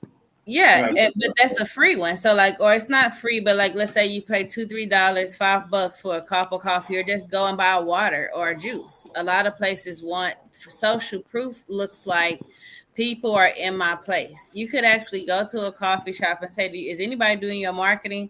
If I could sit here and if I could do you some marketing to advertise this place on the internet, is it okay if I sit here for a couple hours and work on my things? Most places are going to be like, okay. And so that allows them to put some of their skills out, and using AI, they can get that business's information out so that they can gain more clients a lot easier. But if you can do 2 to 3 hours of hyper focus in one place versus worrying about why you don't have electricity when you don't have it, because that's an uncontrollable thing. And the grid, that's the problem, is bigger than you right now. But your problem is immediate right now. And so as a solutions-based coach, I can't help but go straight to the solution of what can we do to solve the right now, so that you can be the one to help formulate that movement of getting your people where they need to be, because the person that see the problem is usually the one that's got to fix it, unfortunately. No, that I agree with. Look, so we're headed towards the end. So let's talk to Alavine for us now for a few minutes. Coach K and Michael. So the last question I have is, what have you learned from your LinkedIn use that we can take into 2026, and what can we do? What can we stop also? Alavine, welcome back. You found your way past YouTube and past Facebook. Yes. Hello, everyone. This was very awful, I can tell you. How are you guys? Are you good? Yeah, no, I'm Je good. suis bien, Alvin. Je suis bien. Yes, ma'am. Yeah. Welcome. Glad to have you here. No, really nice. It's been such a pain, this lockout that we had on Yeah. Friday. Many people they'll discover the issue bit by bit when they try and use certain websites, certain apps. Then suddenly they'll have to log in again, and they'll sure we'll get many more messages saying I can't do this. It's like okay, just relax, log in somehow because it just shows the internet's controlled by certain systems and processes. Google being one of those. Alavin, talk to me. What have you learned this year that you're gonna take that we can take forward, and what can we stop? Yes. So first of all, nice to meet you, Coach K. Thank you for what you said. It was quite interesting. That is my first word. I'm happy to be there with you guys. And about 2025, I've learned so far that LinkedIn, if you know the rules, is a very good tools in order to expand your network, in order to learn a new language if you are interested in, or to learn new skills as well. And I also can say that I underuse it because I don't really know the rule, and I am still learning, and I hope for next year that I will be able to use it more, sharing more about my journey toward my, so let's say, my old self, uh, from my old self toward my new self, and my journey from not being able to speak in English at all and being able to speak in English in less than 2 years, because I started in October 2023, and I was able to speak in English a year later. So I know it is not as perfect as a native now. I agree with everyone, but let's say since last year, 2024, I am able to understand people when they speak with me, and I am understandable. So maybe I'm not. I still have to learn, but I am happy for what I've done so far, and I hope I will know how to use it better, to know the rule of LinkedIn, because I'm still learning. That's all for the moment. Thank you so much. That's an important one. So I will come back to you in a second about AI. So AI in Madagascar or in Reunion Island. Where is it? How is it? So here's what I was saying. But I think knowing how to speak good English. I mean, your English is great, Alvin. Seriously, ask any of us here to speak another language. Maybe Michael can. Maybe Coach K can. I can't. Your English is brilliant, and I'm hoping it's opened doors for you. Or even if it's just on LinkedIn as well, for you to talk to more people, because we are lazy in the West about our English. We just if you don't speak English, we're like, well, can't talk to you. Whereas I'm hoping that you got the benefit that you can talk to more people. But most Yes. Africans can speak English. Most Africans, we learn English at school. It's the Yeah, only thing. but It's the only thing in the Annie, world. Go you're on. from Nigeria, right? Yeah, You can also speak pidgin yeah, I can. It's not going to get me anywhere. and understand it, which is pretty good. I can't understand a bloody thing. Well, you can speak your language in Uganda. Yeah, but I really admire the pidgin that you can speak. It's just wow. And when I'm thinking to myself every time I hear it, I'm like, oh, geez, what's that nonsense? But it's not getting through. But the people who are talking can talk, and I'm like, hey, it's like a completely different language. It's English, but it's a completely the way it's put together, structured. Like, no, no, no, no. That's a totally different language. Pigeon. I agree. I agree. Look, what have you learned on LinkedIn this year, my friend? And what have you learned that we can take away? Whether to do more of or less of? Well, I've learned the biggest lessons. Uh, when you're nice to people, people will be nice back to you. Um, you need to capture their hearts more so, more so than their minds. How do you capture their hearts? Just go back to the simple things that you learned when you were a child. How do you capture a child's heart? Something that you can do on LinkedIn that is powerful, that personal as well, that is also personal, is a big deal. I do, I go about sending birthday notifications. LinkedIn allows you to do that to a whole bunch of people. I do it in different ways. I can send graphics, I can send music, um, and most recently, I've been leaving messages, audio messages, that they can listen to.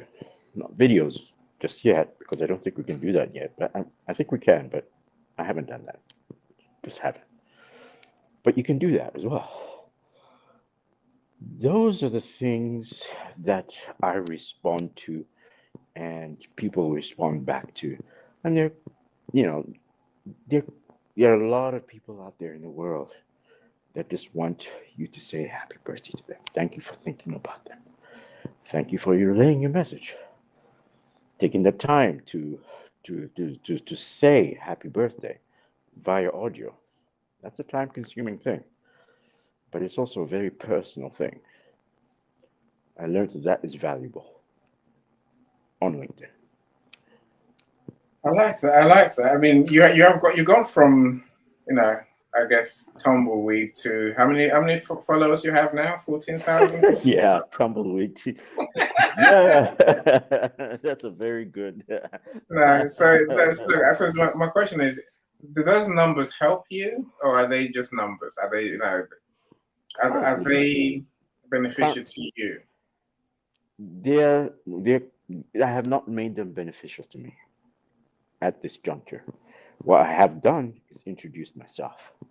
That is all I have done.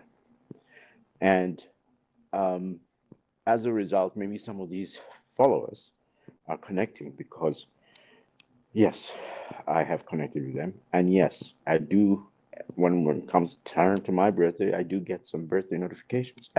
That's actually jumped up quite a bit since I've been doing this for 2 years, 3 years actually. Last year, I didn't get any notifications. This year, I got quite a slew of notifications. So I guess it probably even underscores the way people are feeling this year as opposed to last year. There's just some sort of loneliness.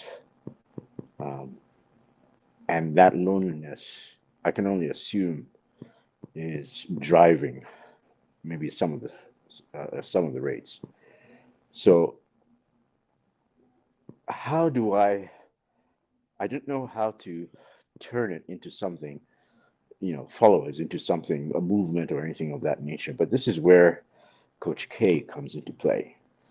And maybe talking to her and, coming up with ideas because she's very good at solutions and just spitting them out. And but at the same time, she has that ability, but at the same time, she also knows that you need to have the energy to drive yourself to work on those ideas, whichever ones you pick, whichever ones suit you, whichever ones you can naturally you can naturally work with, that make you who you are, that do not take you away from yourself, but keep you steady and grow you and expand the roots that you are trying to create. And ultimately, my goal is to create a community eventually at some point. But this is the beginning, it's not the end.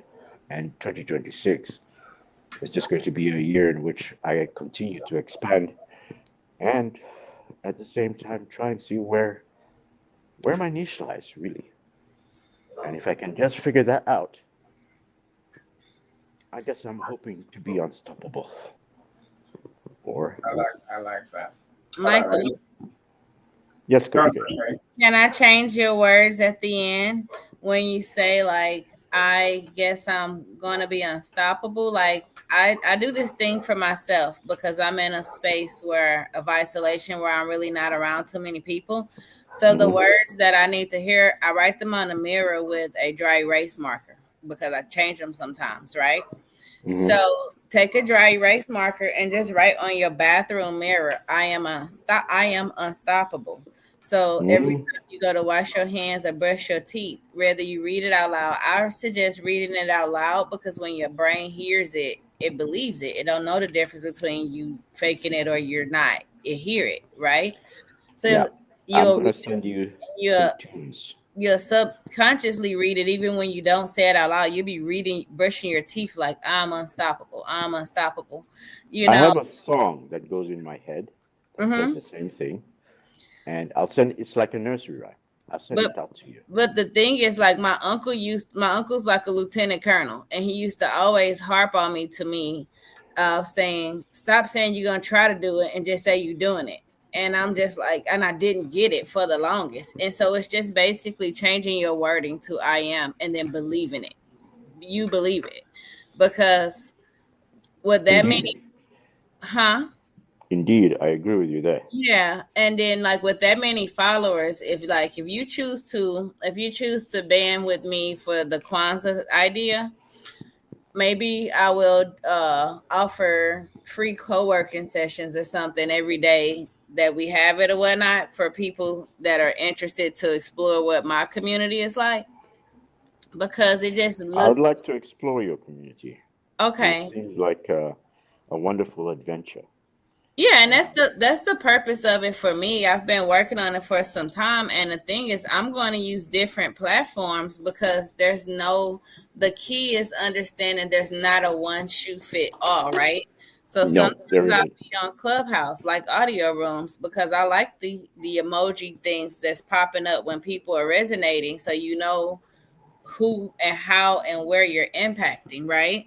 So I really Right. like that, and it's convenient for a lot of people because you don't have to worry about the whole video debacle, and they have replay, so you don't have to worry about the recording thing. It solves a lot of problems, and it's free and it's international, and I've it got a has the question for you. capacity to hold a lot of people. Uh huh. Are you a visual learner? Yes. That's why you're an artist. Yes. But the thing is, I didn't know I was an artist until like I didn't realize it until this year. In terms of one of the things that I learned from 2025 is that I've always been an A type personality, a mom, a business owner, and I've been about my business since I was a kid, and that was the only option I was ever really presented. And so now realizing that my kids are adults, it's like, well, now who am I? And this whole rediscovery thing, and it's like, well, I'm still a parent. That don't go away. The core of me wants to help and nurture people, and I've always felt like I raised some really great kids that the world is so not ready for as African American young men. So I feel like I want to nurture the world so they can be ready for my kids, so that when people see them, they actually see them and not what they perceive an African American to look like. And so I will forever harp on building community because good community building comes from good people. It's kind of like if hurt people can hurt people, then heal people can heal people. So I want to teach people how to build good communities in a very easy, simplistic way, depending on who you are and what your core values are. And so, Hmm. like the whole idea of having people show up for 7 days to Kwanzaa and holding co-working sessions, it's like my co-working session may look like, well, today I'm going to be sending out invites. I'm going to be utilizing this platform and doing some screen sharing. Like it just depends on what people are stuck at. And if there's a way that I can just screen share and show people how to get unstuck, because that's the value of being in my community, is I'm going to charge a monthly fee for people to show up, tell me what their problems is, and then we're going to fix them together as a community. Because if I don't have the resource, maybe somebody else here does. And if I don't, then let's go ahead and explore how to what it looks like to find it, so that you're walking away with something every time versus paying a one-on-one session and draining me and only getting me. I don't have time, but I can put people together and say, let's every week, let's work on somebody's problem. And when people realize that there are people around that want the same thing and want to see you succeed, not only do you feel better about the mission that you called on, you realize that there's people and resources all around me, even people giving you different strategy of how to do. That's wealth. That's a resource. Because it's like, man, I could have been did this. And it's okay that we don't think of everything, because that's the power of community. We're supposed to be together so we can lend words to one another and unlock doors that we didn't know was in our mind. Yeah, I like the way you think. there's a lot there, and I think that we can take away. And I'm thinking that answers my question about LinkedIn for you, Coach K. Now, build that community. Now, I will also say that what can easily be missed is, working with a coach helps us go a long way. Now, Michael, working with Coach K, I can see the benefits already. You're one of my big takeaways from LinkedIn, the power of people and partnerships. Because when I first started my community, like at this point, anyone that joined is $75 a month.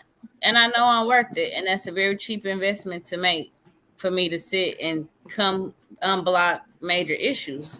But this is my way of giving back to a community that's willing to pour into me. But before it got to this point, you, Paulette, and Leah, and I feel one other person. I had 4 people that I said it's going to be $25 one day only, and to just believe in me, even though I didn't have it all together. And you were part of the community that said, I don't know what you got going on, but I believed in you. And so you were one of my founding members. I know.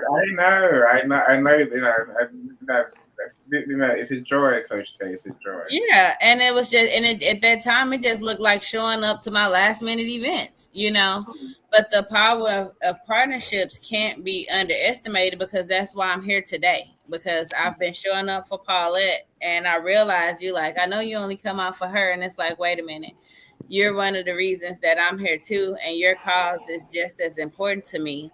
And so as a way of a partnership that we developed some time ago, I'm here. And I haven't been doing LinkedIn events, but these events, they help get my message out. They don't just help you guys. And so the power of partnerships that are developed from LinkedIn should not be underestimated. It's by far my favorite platform, and not because of mass reach, but I developed real partnerships with the people that took the time to invest in me.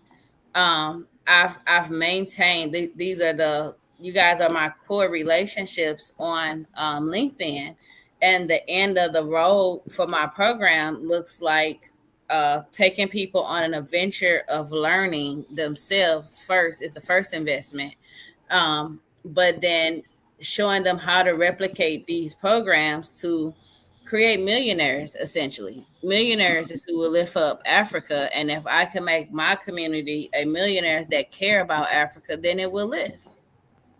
That's a very, very good way to look at things. Millionaire is a mindset. Billionaire is also a mindset. Trillionaire is a mindset. There's more to it now. Coach K just said, be smart how you monetize LinkedIn, number one. And maybe give people something, give people what they need, right? Something that's really going to make a difference. Like for instance, I've been giving or basically liking people who I enjoy looking at and following. And when they come up with something, I basically recommend them. And I repost what they have put down. And maybe I might have some sort of smart aleck remark or something like that I add to it. But the whole point is for me to introduce them to my community, my followers, people who follow me and follow what because there's constantly certain people that show up in my DMs who are commenting on, and most recently that has been happening, who are commenting on the posts that I put up consistently from Africa. Now that has shown itself up into business solutions or business opportunities because I can connect this person with that person, and I've done that. I connected Zara with one of her clients or a couple of her clients who are currently, and she went ahead and she did her magic and incorporated them into clients. That's Annie has done the same thing, connected that person with that person, and I learned that from Annie as well. That's how you create a community as well, in accordance to what Coach K is espousing. Annie, it's Yeah. all yours. Like hearing you say that, then the first co-working session, I can now say, okay, the first day of Kwanzaa that we do, we can talk about what it looks like to monetize your followers from where you are. And this is something that I'm doing it as well. So we're learning together. It's not like I'm saying I'm an expert, but based on my marketing background, some ideas that I have, I will share. And if people want to add or, rescope them for their own need, they're open to. But I'll do the first co working session on how to do that because as a young mom, I made my living off of referrals most of my 20s because my background in sales and marketing. And so the way I'm setting the community up, when I really open it, I'm only going to take 100 people as a focus group and 10 masterminds only. Um, so that I can give quality service. But the objective is once I do deal with 100 people for a year, then I'll reevaluate everything, which means the price will go up. But then the invites from that will come from the core community where you all will have an opportunity to make money and you will be selective about who you invite because you would then know and see the value in it and you know that you'll be getting paid from referring somebody in. So it gives it that more integral touch to know that the people that are here have put in money and time investments. Everybody around will have put in maybe at different levels, but it gives you a way more serious community of people that's driving towards that mission, not just wanting host field. Yeah, no, that makes perfect sense. Yeah, we need to, as far as the one thing I would say for anyone watching live or here now or watching the replay, it's, what I've learned this year is if I think of it, I got to at least try and do it. I got to do it, and if it works, it works. It doesn't work, it doesn't work. I say, and I learned something, right? They wouldn't say when we have good ideas, you hear many good ideas. If you say you're going to do something, I say take the first few steps, start. If you're going to do it and build a community, build it, do something to actually start building that community. Even if you're just making a plan of how this community will work, doing an outline. Where am I going to get from? Who do I want? Whose people do I want? And how are we going to give them values? Do something to begin to take action in every you think. That and when we do co-working sessions, we can like actively take focus time to send out invites to our own private communities together. So I'm not trying to get people together to do stuff for No, me. no, no. I'm saying just as a whole, right? We Yeah, say well, it's like that's what I learned this year. like afterwards, like, okay, guys, I'm looking at hosting my first event on Clubhouse, for example. Yeah, I'm gonna yeah, send out. Let's make if anybody need help making flyers. Here's the way to do it, and like let everybody let's go make flyers. And if you have a platform that you use that you feel is great for marketing, drop it in the chat. Here's the one that I'm going to use. You yeah, know, yeah. and we just share, we sit and we share and we focus and we share, we actually do it because sometimes it's all, not sometimes, all the time it's easy to do, But like I said, just taking a couple of hours with intention to do it is all the difference. And sometimes having a group of friends to do it, it's almost like being in art class. So we're all sitting, imagine us like this, but on a different platform, and we're all sitting making flyers. And before we get finished, it's like, okay, guys, y'all want to do a show and tell session to show your flyer, because maybe you'll catch something on my flyer that I missed, or vice versa, you know? And now we feel confident about putting this out. And it's like, okay, either we stay on and let's go ahead and shoot this flyer out of our campaigns, or if it's running late, then we move it to the next day and say, okay, but by the end, what if by the end of Kwanzaa, because it ends on January 1st, by the end of Kwanzaa, we should have launched our communities at the start of the year, which would be a really great way to start the year, because Kwanzaa starts on the December the 26th. It's from Christmas to New Year. Yeah, I mean, what work to do, Coach K? Work to do. Look, our time has gone. There's much we've learned. But Alavine, I do want to talk to you for a few minutes about AI, Miss Alavine. So, in my country, let's say in the south of my island, we don't have a good internet connection. So that is the first part. And the other thing is, when I talked about a pattern we don't see now, I also talk about the fact here we rely too much on friends. For a lot of things, we are too dependent on friends, even if we don't see it. We don't want to admit it, you know. A lot of people here, they said Reunion Island is a rich island, but I know one thing for sure because let's say I was in Red Cross and I I saw some patterns not everyone can see that in fact Reunion Island is not rich. Reunion Island is rich because of France, but without France, Reunion Island is very in a bad path.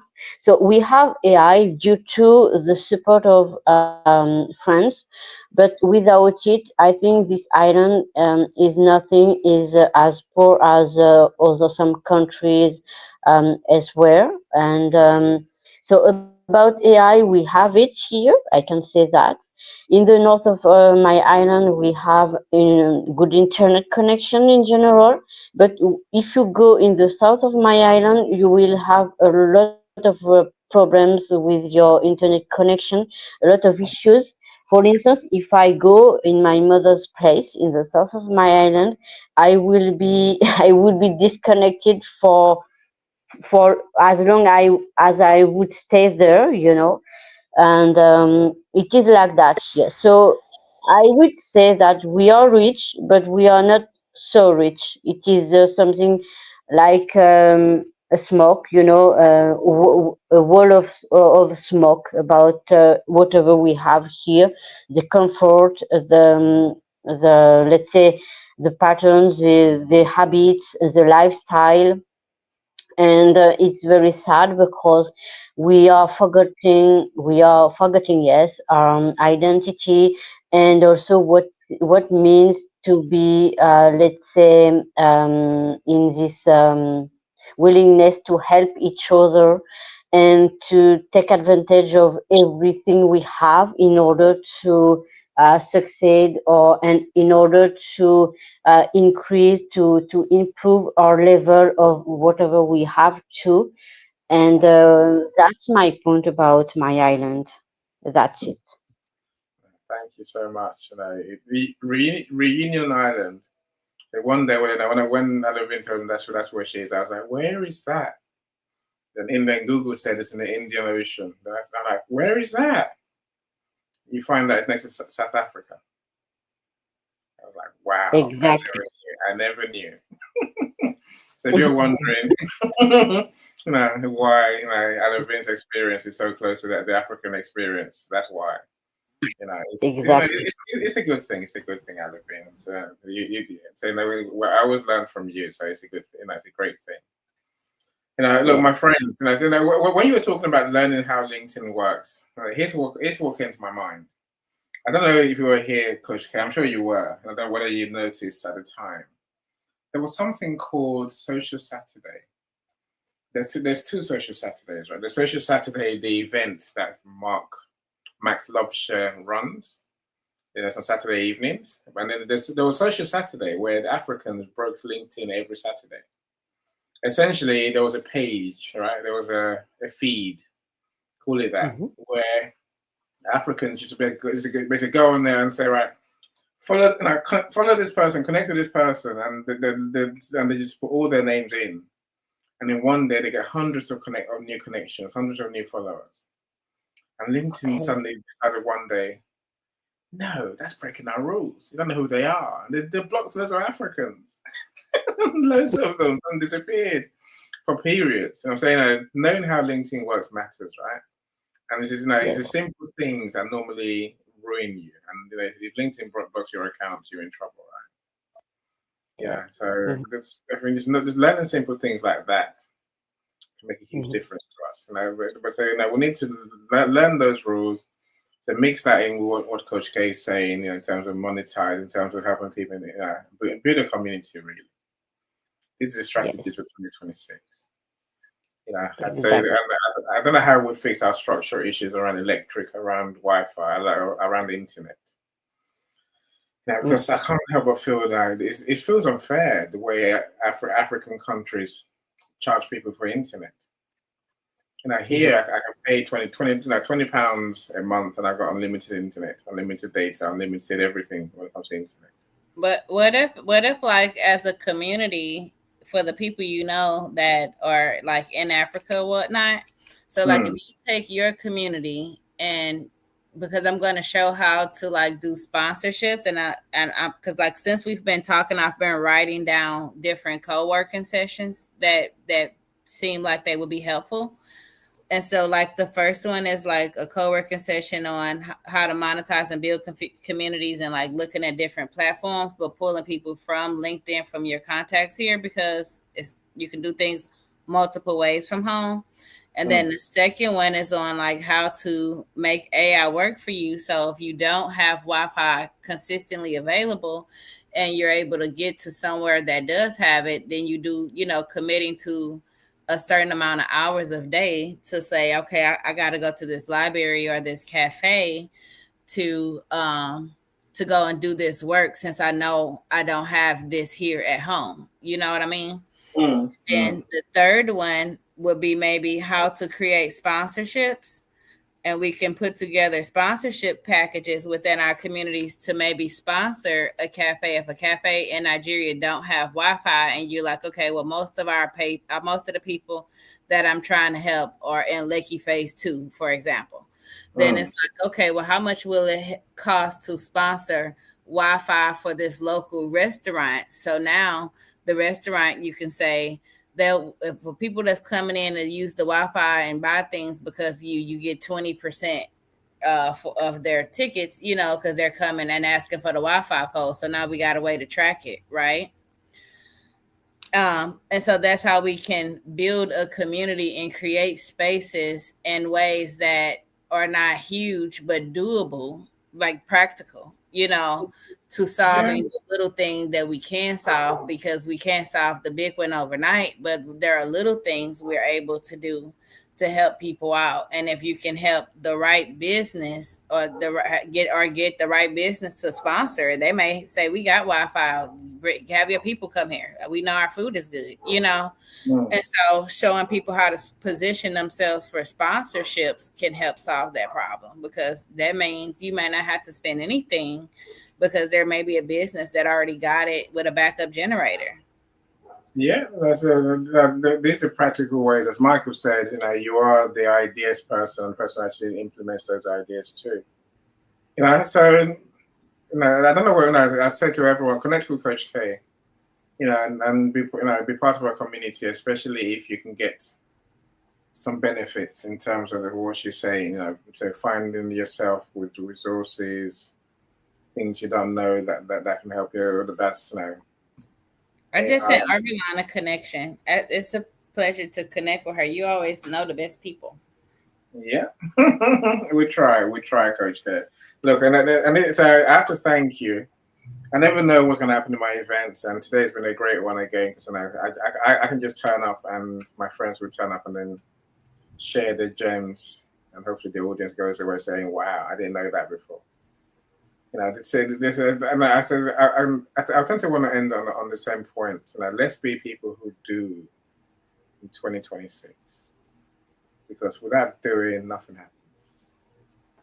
Yes, of course. Now improve our mindset. Let to believe in ourselves. Let to believe in our unique gifts. Yeah? But we can't save ourselves, my friend. We can. We have to. We have to. Wherever you are in the world, especially if you're in African countries, find that unique solution that you can bring to the world. Because it's within you. God's given it to you, right? It's whether you want to find it and then live it by implementing your great idea. Anyway, thank you so much, Coach K. I say thank you, Alevine. Thank you, everyone that's been here in the audience, those who commented, those who haven't commented. I do appreciate all of you. I do connect with my friends. Alevine, Coach K, I'll let you have the last word. I don't know who wants to go first, and the other one can say what you want to say. Alevine, anything you want to say before we go? So thank you very much for this live. I have learned a lot. It was quite interesting. And thank you, Coach K. It was a pleasure to meet you. On stage, because I already heard you on the previous lives, but I wasn't able to come on stage. So nice to meet you, and thank you for your sharing, for your experiences and ideas. And thank you everyone for being around. That's it. Thanks. It was a pleasure to meet you, Arvelene. This is a couple times that I shared a space with Calm, and thank you, Annie, for holding that space. And I just want to remind people to be intentional about their connections and the relationships they develop, because you just never know where they may lead.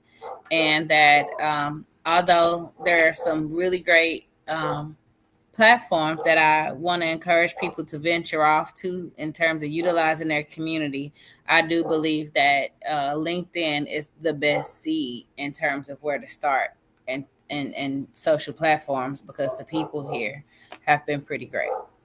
Awesome. Thank you so much. So I'm going networking now. If you're free in a couple of hours, Lisa's Your Metamorphosis event is on. That's what we're going to talk about how to remain calm through the storm and chaos of the Christmas holidays. Can you inbox it to me, like DM me the event? I told Lisa that I wanted to catch one, and I think this is her last one for the year. And yeah, so I'll send the links as I always do. So you two definitely, and you and I live in definitely on my list to get the DM with the invite link. Look, enjoy, my friends. Enjoy. Thank you so much. You take care. Bye, everyone. Bye, everyone. Every step forward is a new beat to your drum. Achieve success with Global.Media.com and celebrate it with or without champagne or rum. Achieve success with Global.Media.com.